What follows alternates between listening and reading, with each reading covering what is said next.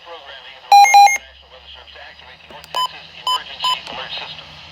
The National Weather Service has issued a severe thunderstorm warning for Parker County until 6 p.m. A severe thunderstorm is located over the community of Cool, near Mineral Wells, moving east at 45 miles per hour. This storm did produce a tornado warning upstream in Stevens County about 1 hour ago. Hail damage to vehicles is expected with quarter-sized hail and 70 mile per hour wind gusts.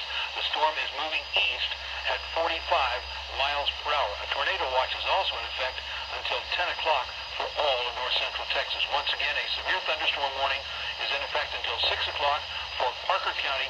The severe thunderstorm is located near Mineral Wells, moving east from Palo Pinto into Parker County at 45 miles per hour, potential 70 mile per hour wind gusts and quarter-sized hail.